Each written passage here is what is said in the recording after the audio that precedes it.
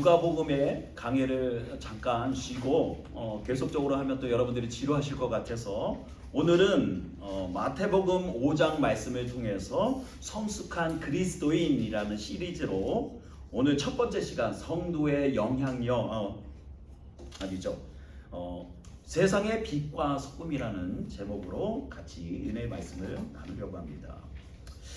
제가 지난 시간에도 산상수훈에 대해서 말씀을 잠깐 드렸는데 여러분 산상수훈을 요약하면 산상수훈을 쭉 요약을 하면 기독교의 신앙과 윤리의 규범적 기초가 되기도 하고 대헌정과 같은 천국의 가장 기본 골격이 되는 말씀이다라고 이렇게 말씀을 드릴 수가 있어요.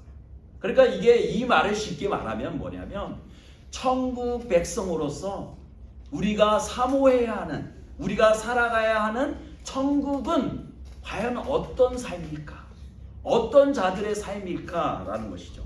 그리고 그 천국은 어떤 자들이 들어가는 것일까? 그리고 이 땅을 살아가는 동안 하나님의 백성으로서 하나님의 자녀로서 살아가는 우리들의 생활 규범이 될 수 있는 말씀이 바로 산상수훈이라는 거예요.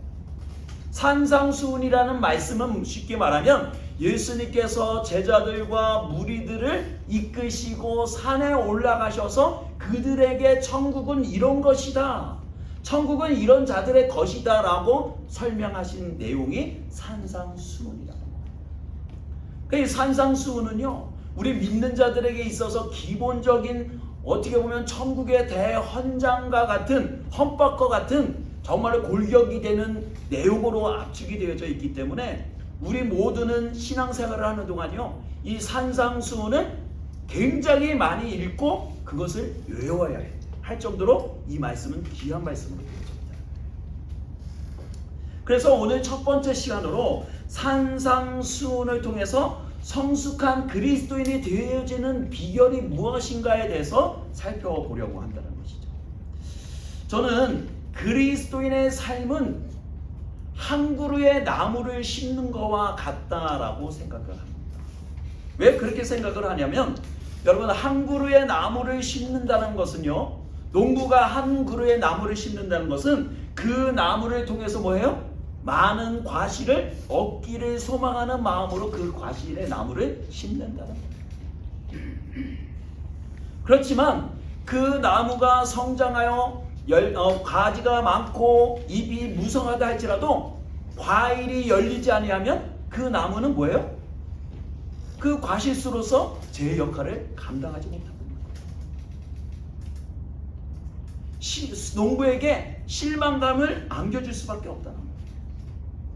하지만 반대로 그 과실수가 한 해를 지나고 두 해를 지나서 맛있는 우렁차고 맛있는 풍성한 열매를 맺게 되면 농부는 그 열매로 인해서 그 수고로움을 잃고 감사할 수밖에 없고 기뻐할 수밖에 없다는 거예요. 저는 이 이야기를 생각하면서 이런 생각을 해봤습니다. 과연 오늘날의 교회는 잎이 무성한 그냥 나무에 불과한가? 아니면 정말로 하나님께서 기대하시는 것처럼 풍성한 열매를 맺어서 농부에게 기쁨을 주고 모든 사람에게 기쁨을 주는 교회가 되어지고 있는가? 여러분, 오늘날 교회의 모습들은 어떤 것이 맞을까요? 전자일까요? 후자일까요?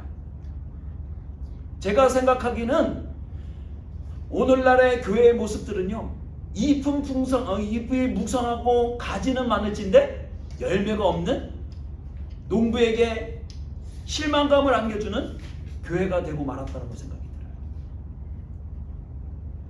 여러분, 우리는 신앙생활을 하면서 그 어느 때보다도 더 진지하게 우리의 신앙생활이 과연 올바른 열매를 맺고 있는 삶인가? 성숙한 그리스도인으로서 살아가고 있는가? 우리는 진지하게 고민해 볼 필요가 있다는 거예요.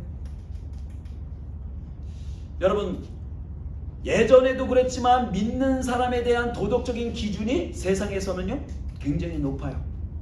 교회를 다닌다 하면요 교회를 다니는 사람은 양심적으로 깨끗한 사람이에요. 도덕적으로도 윤리적으로 정말로 법 없이 살아갈 수 있는 사람들이라고 그렇게 생각을 했어요. 그렇지만 세상이 변하고 시대가 변하다 보니까요, 이제는 교회를 다니는 사람도 이제는 윤리적으로나 도덕적으로나 양심적으로나 깨끗하지 못한 세상이 되고 말았다는 거예요. 세상은 우리를 향해서 말합니다. 야, 너희들은 그리스도인답게 살 수 없냐? 라고 얘기를 해요. 여러분, 그리스도인답게라는 말은 어떤 의미가 있을까요? 너희는 깨끗한 양심, 도덕적으로 깨끗하고 윤리적으로 깨끗하게 살 수 없냐? 세상 사람들이 행하는 것처럼 너희도 양심을 속이고 도덕적으로 윤리적으로 타락한 것이 맞냐? 여러분, 많은 사람들이 교회를 향해서 손가락질하며 욕을 합니다.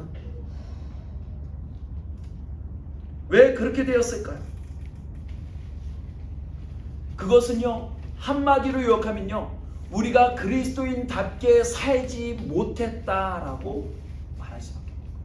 우리는 그리스도인답지 못했다. 여러분, 우리는요, 세상 가운데 세상을 살아가는 사람들이지만 우리는 천국 시민권을 가진 천국에 속한 사람들이에요. 하나님의 자녀들이에요. 하나님의 제자들이에요. 그 말은요, 세상 가운데 너희가 조용히 들어가서 수도원적인 삶을 살라라는 것이 아니에요. 너희들이 세상 가운데 그곳에서 아름다운 믿음의 공동체를 이루며 너희들이 세상의 그 어떤 사람들보다도 더 아름답게, 깨끗하게, 윤리적으로, 도덕적으로 모든 면에 있어서 성숙하고 아름다운 그리스도인의 모습으로 살아내야 된다는 것을 의미하고 있는 거예요.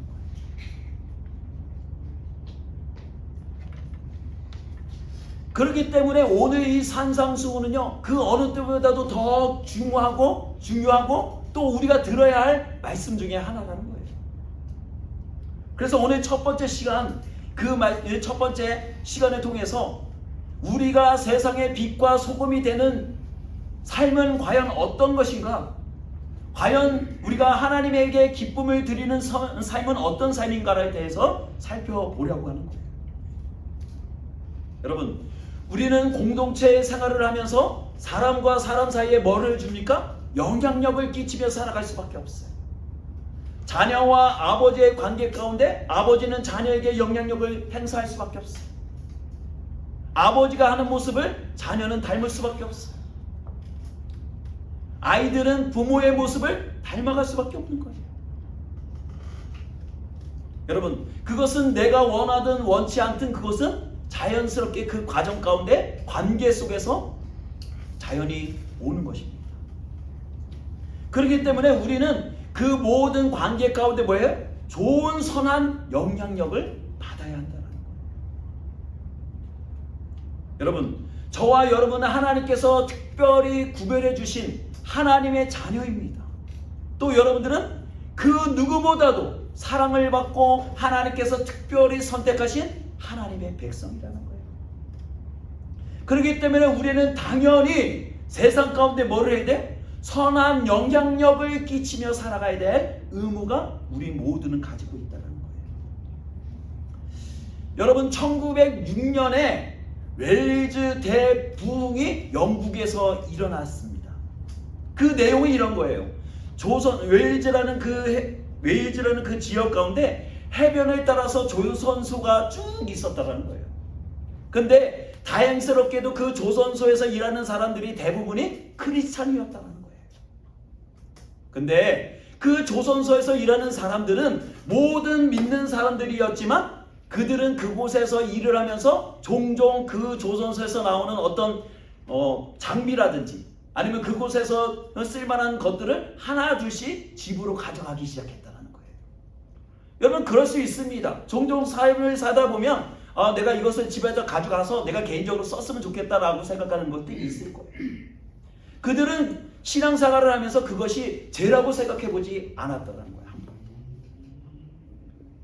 남들도 하니까 나도 그것이 하는 것이 너무도 자연스러웠다.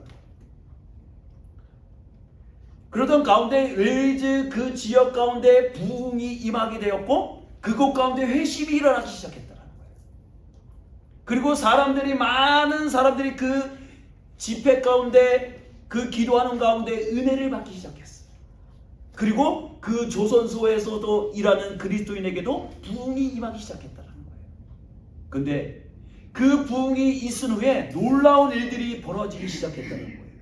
그것은 무엇이냐면 이전까지는 그리스도인이라고 하며 조선소에서 이것저것 가져갔던 사람들이 회개하고 회심한 사건 이후에 그들이 가져갔던 그 모든 것들을 하나둘씩 공장에 갖다 놓기 시작했다는 거예요.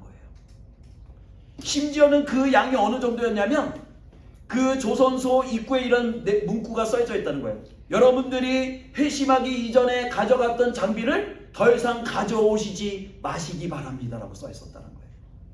그 내용은 뭐냐면 그동안 그들이 하나님을 믿는 사람으로서 도덕적으로 윤리적으로 타락해 있어서 그것들을 가져갔지만 그들이 예수님을 만나고 회심한 이후에 그들의 양심에 찔림을 받고 자들이 가져갔던 임의대로 움직였던 그 물건들을 다시 가져오게 되었다는 거예요.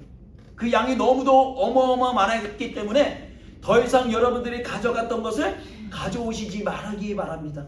더 이상 회사에다가 쌓아놓을 수가 없으니 여러분들이 가져갔던 것을 그냥 여러분들 쓰시기를 부탁을 드립니다 라고 문구가 써져 있었다는 거예요. 여러분, 하나님의 은혜가 있으면 우리 가운데 뭐예요? 삶의 변화가 일어나기 시작한다는 거예요. 예전에는 내가 아무렇게 생각지 않았던 그 도덕적으로 윤리적으로 타락했던 그 모든 것들이 하나님 앞에 죄처럼 느껴지기 시작할 때 우리는 변화되기 시작한 거예요. 이들 가운데 그런 삶이 있었다는 거예요. 여러분, 우리가 변화되기 시작하면 하나님을 믿는 사람들이 정말로 그리스도 안에서 새롭게 변화가 되기 시작하면 우리는 선한 영향력을 끼치며 살아갈 수가 있게 되어지는 거예요. 어떤 모임의 강사로 오신 목사님이 이런 말씀을 하셨어요. 세상에는 세 종류의 그리스도인이 있습니다. 여러분 잘 들어보세요. 첫 번째는 그리스도인다운 그리스도인이 있습니다. 첫 번째는 뭐라고요? 그리스도인다운 그리스도인이 있다는 거예요. 이 첫 번째 사람은요, 모든 사람들이 본받고 싶어하는 사람이에요.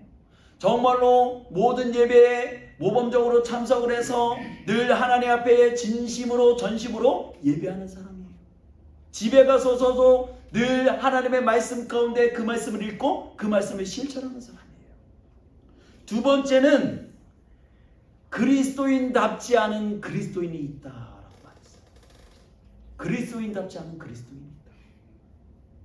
여러분, 이 말은 쉽게 우리가 잘 아는 것처럼 그 문구대로 그리스도인인 같은데 그리스도인이라고 하는데 전혀 그리스도인답지 않은 모습이 그 안에 있다라는 거예요. 여러분, 분명히 우리 모습에도 그런 모습들이 있습니다. 직장에서, 가정에서 인정받지 못하는 그런 부분들이 있다는 거예요. 마지막으로는 뭐냐면 나중에 알고 봤더니 그도 그리스도인이었다라는.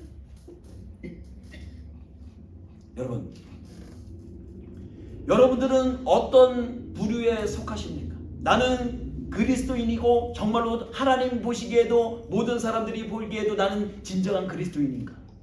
아니면 나는 그리스도인답지 않은 그리스도인인가?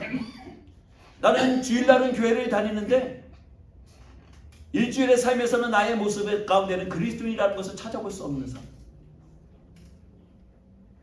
아니면 나중에 이 사람과 교제를 오래 하다 보니까 이 사람이 교회 다니시는 분이었어. 그렇게 알게 되는 사람인가? 여러분 스스로 한번 생각해 보시기를 부탁을 드립니다. 나는 어디에 속하는 사람들인가? 여러분, 예수님께서는 산상수훈을 통해서 우리에게 말씀하십니다.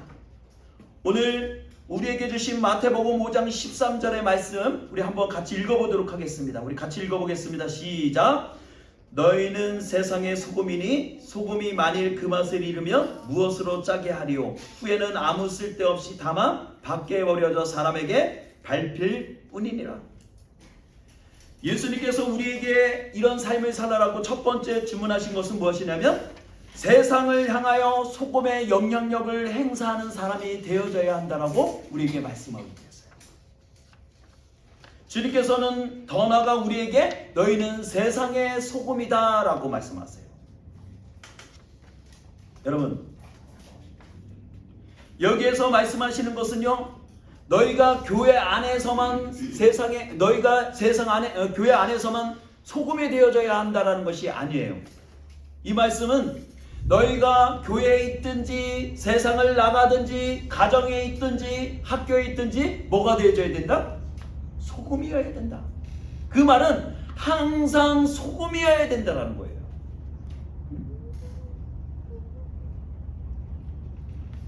주님께서는 이 말씀을 하시는 의도가 있어요. 왜 그랬냐면 예수님이 이 말씀을 하시는 그 당시에도 뭐예요? 그리스도인이 그리스도인답지 않은 행동을 하고 살았기 때문이에요. 너희들이 날마다 세상 가운데 쓰러지고 넘어지는 것을 아셨기 때문에 그들의 삶과 그들의 신앙생활을 보시고 말씀하신 거예요. 너희는 항상 소금이어야 한다라고 말씀하십니다. 여러분, 우리가 이 세상 가운데 세상이 소금이 되어진다는 것은 쉬운 일이 결코 아닙니다. 그리고 빛이 되어진다는 것도 쉬운 일이 아니에요, 결코. 여러분, 소금이 소금의 짠맛을 내기 위해서는 어떻게 됩니까? 자기 자신을 녹여야 돼요. 내가 세상 가운데 녹아져서 없어져야지만 짠맛을 낼 수가 있는 거예요. 우리는 이 세대를 악한 세대라고 말합니다. 그리고 세상에 문제가 많다라고 우리 나름대로 개인은 얘기를 합니다. 우리가 보더라도 세상은 참 타락했습니다. 예전과 우리가 어릴 적 보냈던 그 시절과 이제는 세상이 같지가 않아요. 왜 세상이 이렇게 타락을 했을까? 한국에 그렇게 많은 교회가 있고 세계적으로 부흥이 많이 일어났던 이 모든 지역들이 왜 이제는 타락한 하나님의 자녀들이 타락한 자녀들밖에 없게 되었을까? 왜 교회가 타락하게 되었을까? 왜 그렇게 되었을까? 여러분 생각해 보셨습니까? 여러분, 소금의 역할은 세상이 부패하지 않도록 썩지 않도록 하는 역할을 가지고 있어요. 쉽게 말하면 소금이 소금의 역할을 제대로 감당하지 못했기 때문이다라는 거예요. 빛이 빛으로서의 제 역할을 감당하지 못했기 때문이라고 말합니다. 더 이상 교회도 믿음의 사람들도 이제는 세상의 소금과 빛이 되어져서 내가 소금의 짠맛을 내는 데에는요 아무 관심이 없다는 거예요.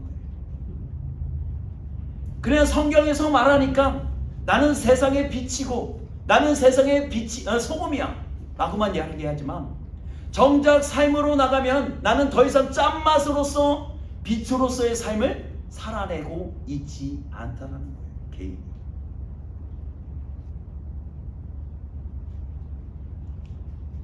여러분, 미국의 어떤 센터에서 리서치 센터에서 이런 조사를 했습니다. 기독교인 대상으로 정직도에 대한 설문조사를 하게 되었다는 거예요. 근데 결과가 놀라워요. 결과가. 믿지 않는 사람과 믿는 사람들의 정직도를 검사한 결과 여러분 어느 정도 차이가 나야 될까요? 보통적으로는 이 사람들이 생각할 때 믿지 않는 사람과 믿는 사람들의 정직도를 조사를 했을 때 40% 이상 나야 된다라고 생각을 했다는 거예요. 근데 조사를 한 결과, 그 결과가 어땠냐면 믿지 않는 사람들과 믿는 사람들과의 정직도의 그 차이가 불과 10%밖에 되지 않았다는 거예요. 그러니까 믿는 사람이든 믿지 않는 사람이든 정직도에 있어서는 다 똑같았다는 거예요. 한마디로. 세상이 악하면 악한 대로 믿지 않는 사람들이나 믿는 사람들이나 동일하게 그 삶처럼 그렇게 살았다는 거예요.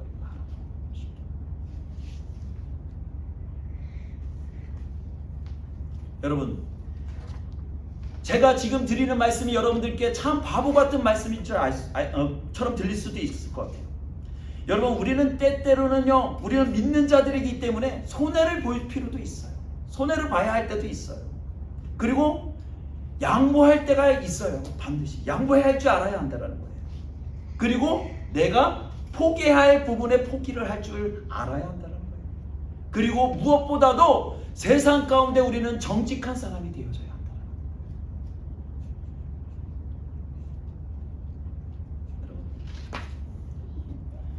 여러분, 캐나다에는 밴쿠버에는 이 바닷가가 이 주변에 잠깐 나가면 바닷가를 쉽게 볼 수가 있습니다.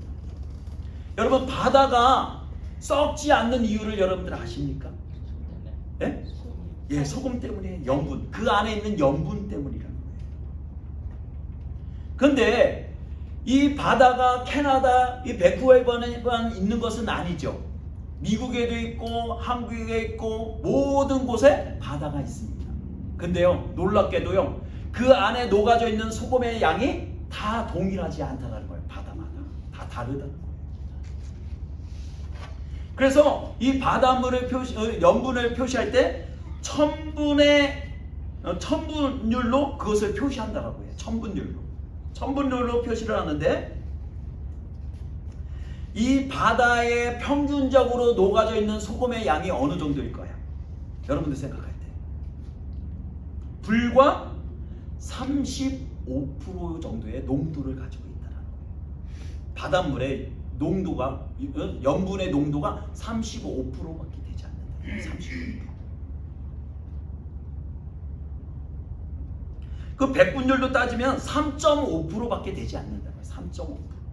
3.5%면요 굉장히 적은 양이에요. 그 많은 바닷물, 엄청난 그 바닷물에 3.5%의 소금이 녹아져 있기 때문에 짠맛을 낸다는 거예요. 그리고 그 소금량으로 인해서 바닷물이 썩지 않는다는 거예요. 여러분, 근데 여러분 생각을 해보세요. 이 넓은 바다 가운데 3.5%의 염분이 있음으로 인해서 바다가 썩지 않는데, 하물며 이 안에 정말로 수많은 그리스도인들이 있고 하나님을 믿는 사람들이 있는데 3.5%가 되지 않기 때문에, 진심으로 하나님을 믿는 사람들이 3.5%가 되지 않기 때문에 세상이 이렇게 썩어졌다는 거예요. 쉽게 말하면.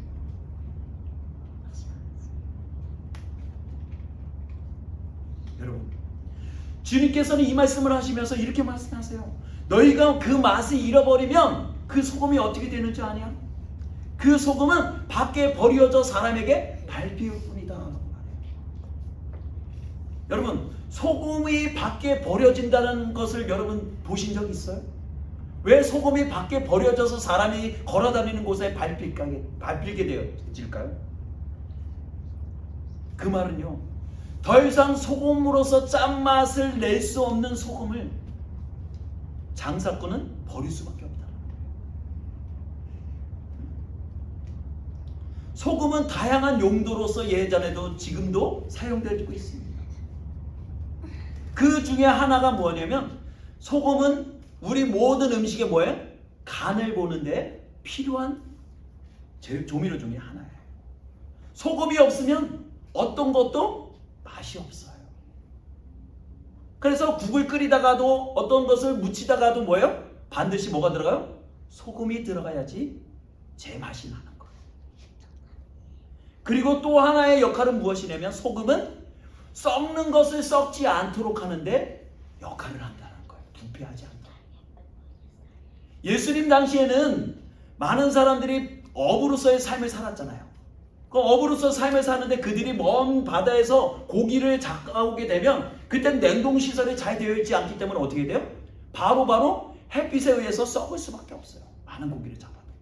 그래서 그들이 고안했던 것은 소금에 절이게 되면 이 생선이 오래 보관할 수 있게 됐다는 것을 알게 되었어요.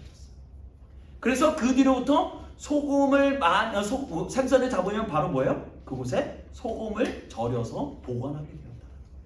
그 소금의 역할은 이렇게 썩는 것을, 부패를 방지하는 역할을 가지고 있다는 거예요. 근데 주님께서는 너희가 그 짠맛을 잃어버리게 되면, 너희들이 그것을 잃어버리게 되면 너희들은 밖에 버려져 사람들이 걸어다니는 길에 밟히게 될 것이다. 여러분, 오늘날 지금 이 상황이 그런 상황이 되지 않았어요? 믿는 사람들이 이제는 나가도 교회 다니던 사람들이 교회를 나가게 되어서 뭐예요? 이제는 세상 사람들에게 이제는 멸시천대를 받게 되었어. 교회를 다녀도 그 사람이 이제는 정직하지 않다라고 생각을 해요. 목사라고 얘기를 해도 이제는 그 사람이 하는 말을 잘 믿지 않게 되었어. 그 말은 뭐예요? 이제 소금으로서의 제맛을 잊어버리게 되었다. 세상 가운데. 두 번째는요, 산상수훈을 통해서 우리에게 주시는 말씀은 너희가 세상 속에서 영향력을 끼치며 살아야 한다는 거예요. 세상 속에.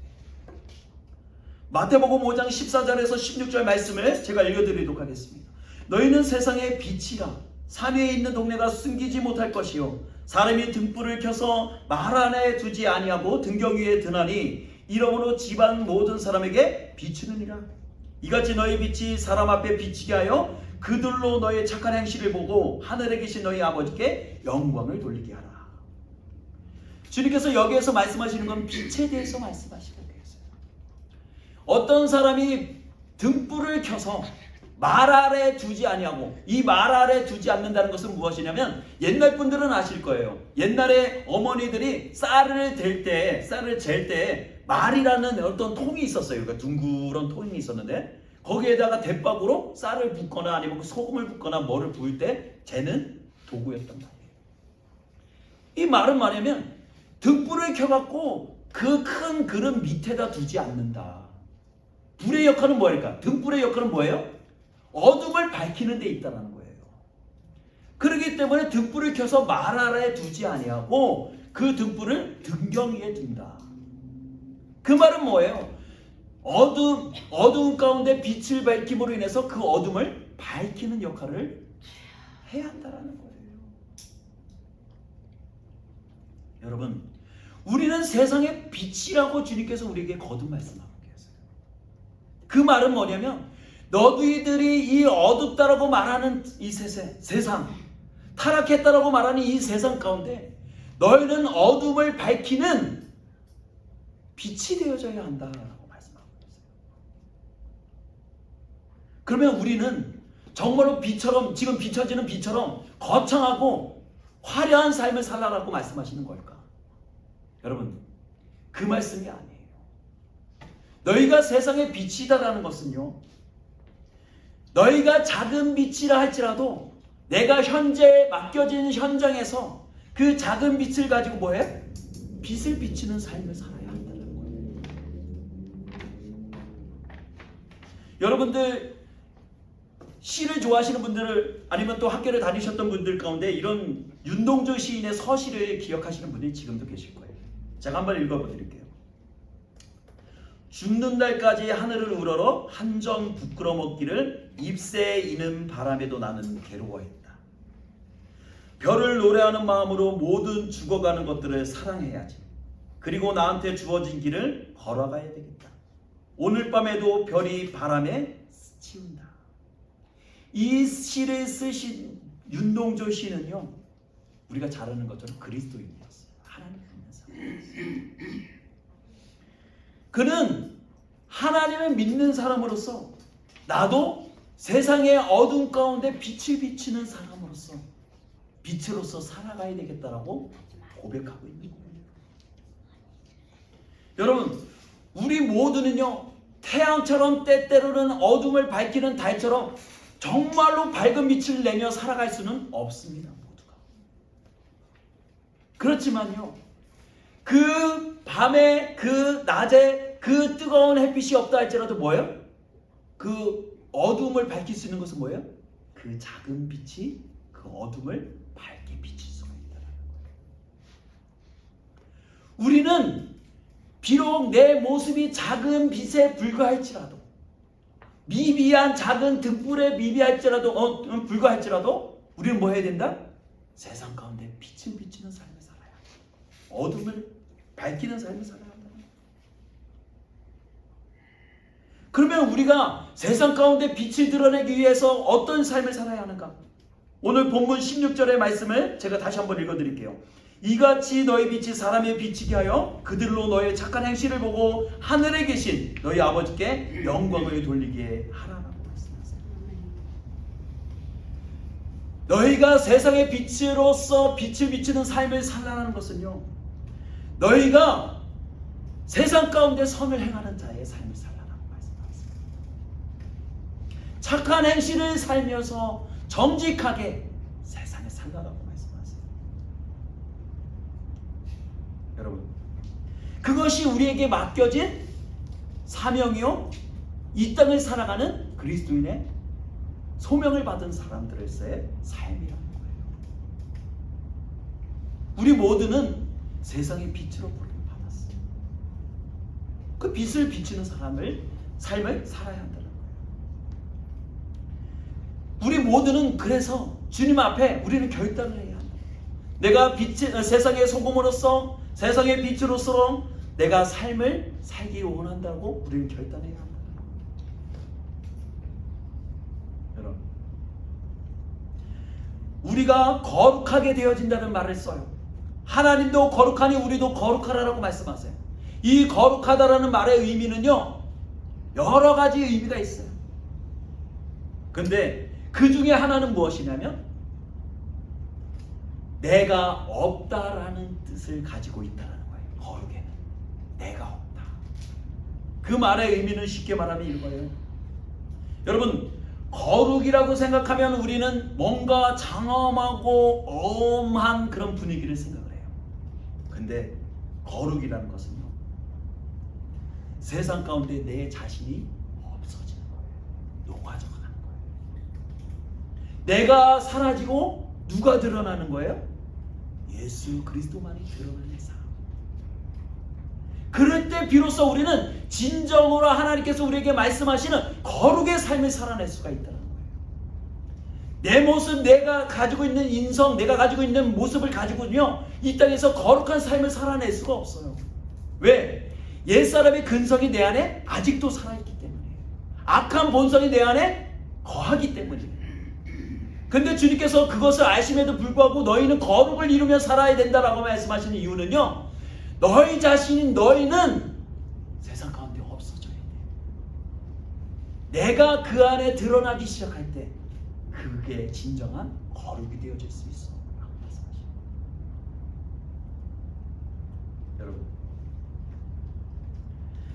나는 죽어가고 누가 드러나야 된다? 하나님만이 드러나는 삶. 그것이 진정한 거룩을 이루는 삶이에요.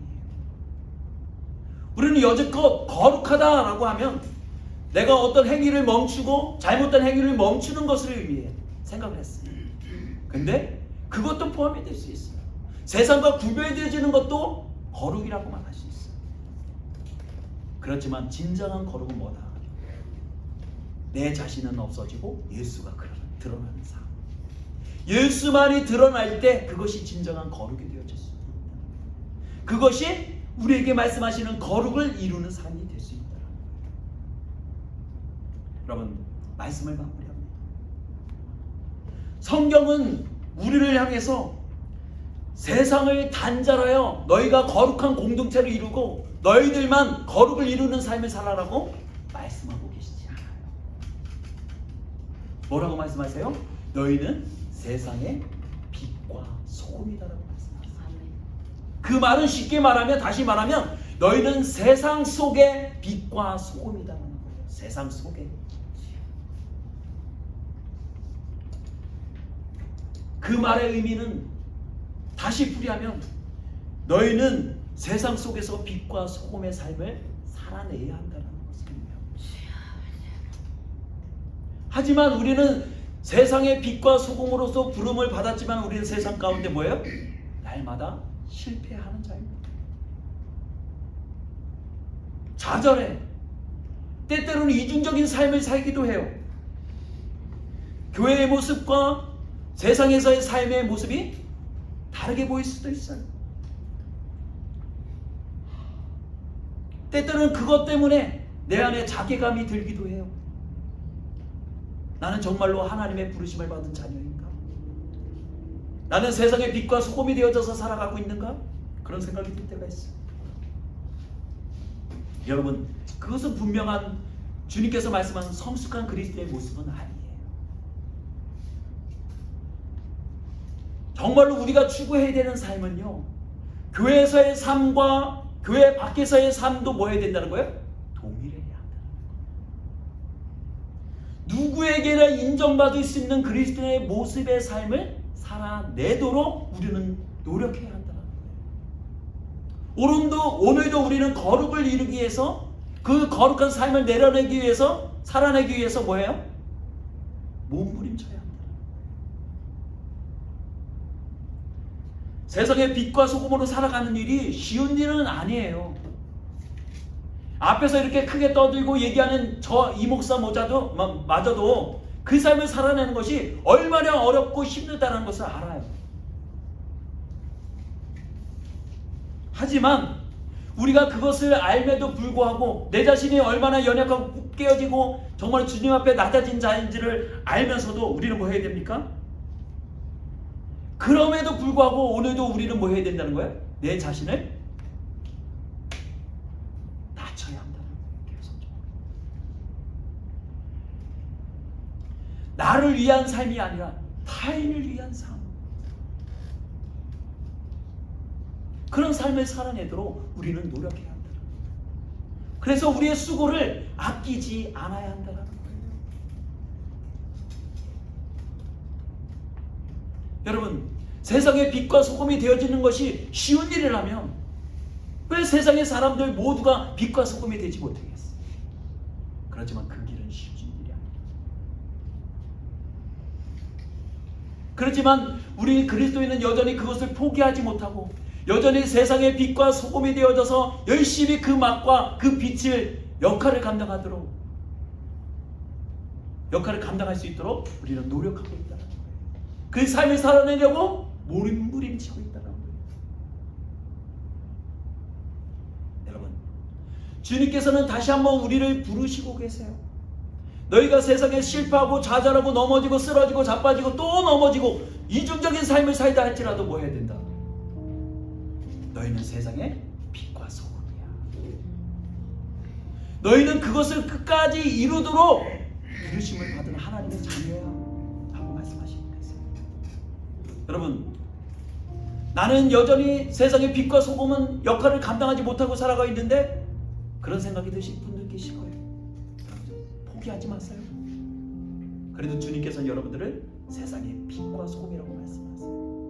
그리고 다시 여러분들에게 거룩한 삶을 살아낼 수 있도록 그리스도인으로서 선한 영향력을 끼치며 살아가도록 우리에게 다시 말씀하고 계세요.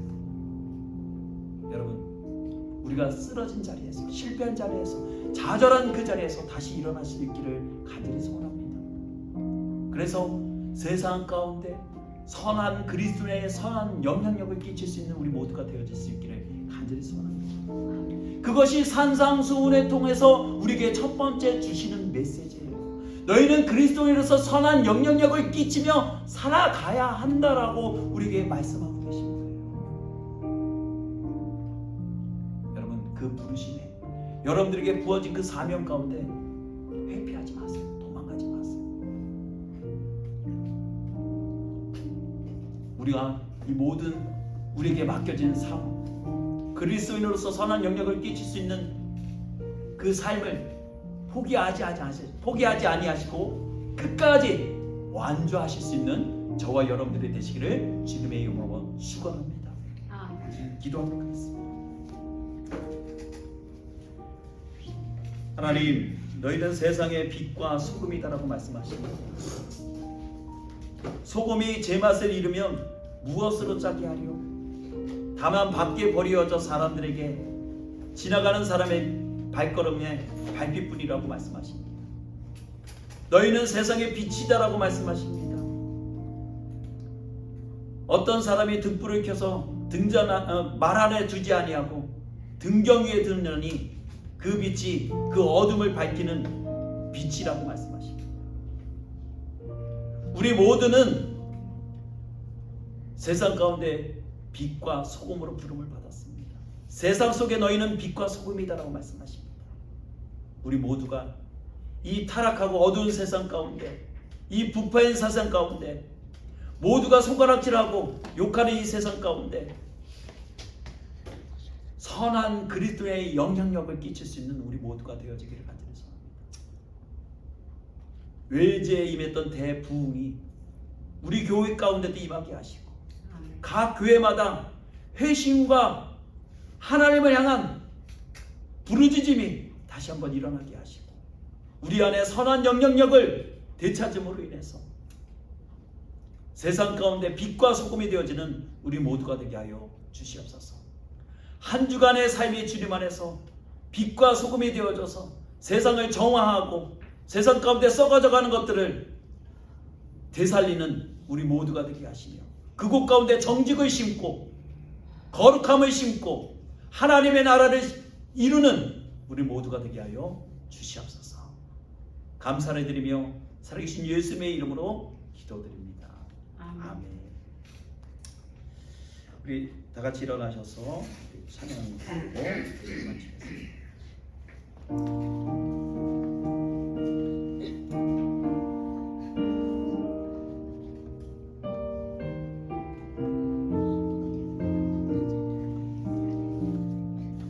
내 마음이 낙심되며 근심에 눌릴 때 주께서 내게 옥사 위로해 주시네. 가는 길 캄캄하고 괴로움 많으나 주께서 함께하며 내 짐을 지시네. 그네가 내게 족하네. 그네가 족하네. 이 괴로운 세상 지날 때 그네가 족하네. 희망이 사라지고 닝그날 버릴 때 주께서 속삭이며 새 희망 주시네. 싸움이 맹렬하여 두려워 떨 때에 승리의 왕이 되신 주 음성 들리네. 그네가 내게 족하네. 그네가 족하네. 이 괴로운 세상 지날 때 그네가 족하네. 번민이 가득 차고 눈물이 흐를 때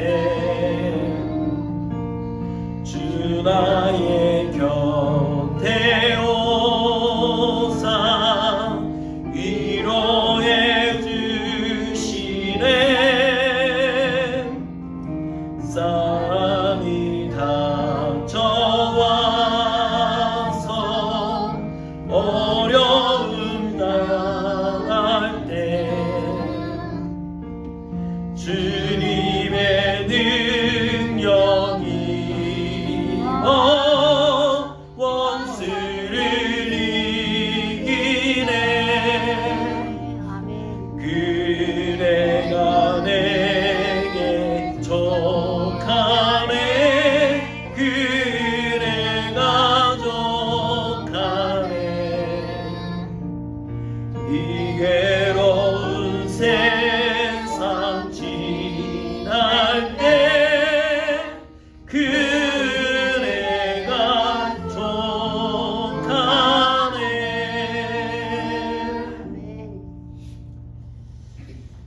주님은 길과 진리요 생명이신 예수 그리스도의 은혜와 세상을 이처럼 사랑하사 독생자를 주신 하나님 아버지의 극진하신 사랑하심과 성령의 감화 감동하심과 새롭게 하심이 오늘 주의 말씀을 듣고 주님 안에서 새롭게 결단하고 새로운 삶을 주님 앞에서 살아내기 원하는 주의 자녀들 가운데, 백성들 가운데, 또 가정 가운데 지금으로부터 영원토록 함께 하시기를 간절히 축원하옵나이다. 아멘.